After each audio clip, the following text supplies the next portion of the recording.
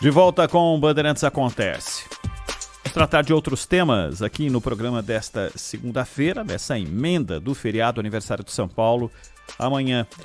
Zaidan, é um assunto que está na boca de muita gente, principalmente entre aqueles que querem tirar uma casquinha, e aí sem fazer nenhum juízo de valor do que rolou nessa relação do ex-ministro Sérgio Moro com uma empresa que prestava serviço para outras empresas investigadas, empreiteiras investigadas pela Lava Jato.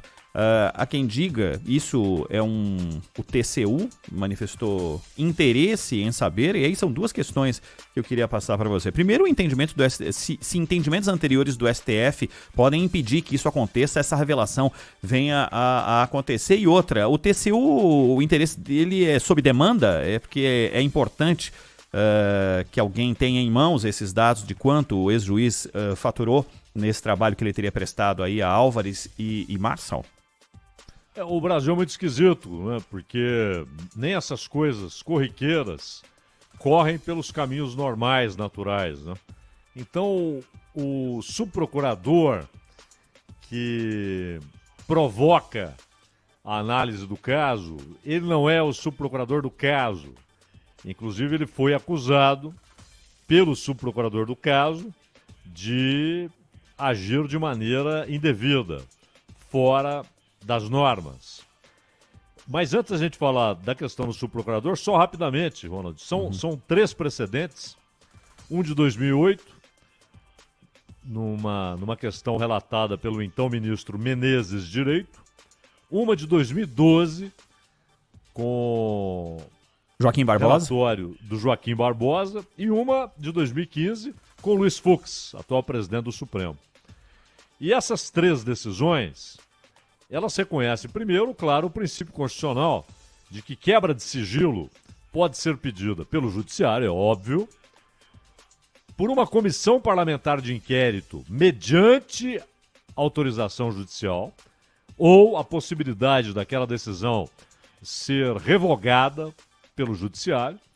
Como nós vimos, aliás, no âmbito aí da CPI da Covid, algumas decisões foram derrubadas pelo Supremo. Inclusive aquela convocação de governadores, né? E também quebras de sigilo podem ser indeferidas pelo Supremo numa CPI no Congresso Nacional. Porém, embora o judiciário tenha esse poder, o TCU não é judiciário.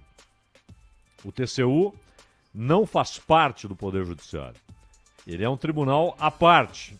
Pode, claro, investigar questões ligadas às contas da União ou às contas do município, se é um tribunal de contas do município, ou às contas de um Estado.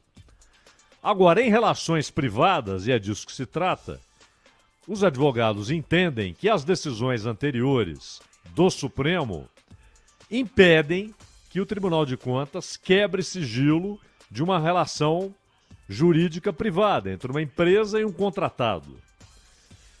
Por outro lado, rapidamente alguém levantou a possibilidade de CPI. O Moro tem inimigos de sobra no Congresso Nacional, então talvez haja assinaturas suficientes. Mas é muito esquisito, né, que haja uma comissão parlamentar de inquérito para tratar de uma relação privada. Onde pode entrar o argumento de interesse público? Se alguém levanta a questão de o Sérgio Moro, por causa das informações que tinha como juiz, portanto como agente público, se ele usou essas informações para abastecer a Álvares e Marçal na questão de recuperação de créditos da Odebrecht. E há uma outra questão, que é a Odebrecht dizendo o seguinte, que ela não tem nada a ver com isso, porque ela não poderia escolher o interventor, aquele que faria essas análises, porque essa foi uma decisão de um juiz. Então, o que está na cara? O Tribunal de Contas dificilmente voltará atrás, o ministro Dantas dificilmente voltará atrás, o subprocurador, que foi acusado de meter o bedelho no que não lhe dizia respeito, também não mostrou qualquer sinal de que recuará, então provavelmente isso vai parar onde? No judiciário de verdade, não é? O Sérgio Moro não tem foro, então isso pode até parar numa instância menor. Porém, se a discussão, se alguém demonstrar, o que não é difícil, que é uma questão constitucional, pode levar o assunto para o Supremo. E aí, Ronald, a não ser que alguém dentro do Supremo tenha muita pressa, isso só vai ser decidido depois da eleição, da qual provavelmente o Moro participará como candidato. Ele hoje é um pré-candidato, provavelmente será candidato, não é? E nem sei se pela União Brasil, porque aí, mudando de assunto, o Bolsonaro começa a tentar aproximações com a União Brasil exatamente para inviabilizar um convite formal ao Moro para que mude de partido e seja candidato pela União Brasil. Mas eu acho que se ninguém no Supremo, por exemplo, o Gilmar às vezes teve pressa em algumas coisas, fez as coisas andarem rapidamente. Se ninguém tiver muita pressa, isso só vai ser decidido depois da eleição.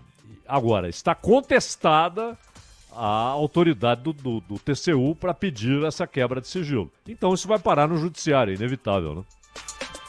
Agora 4h44. Na sequência tem o repórter Bandeirantes aqui com o Luiz Henrique Lobo. Rede Bandeirantes de Rádio.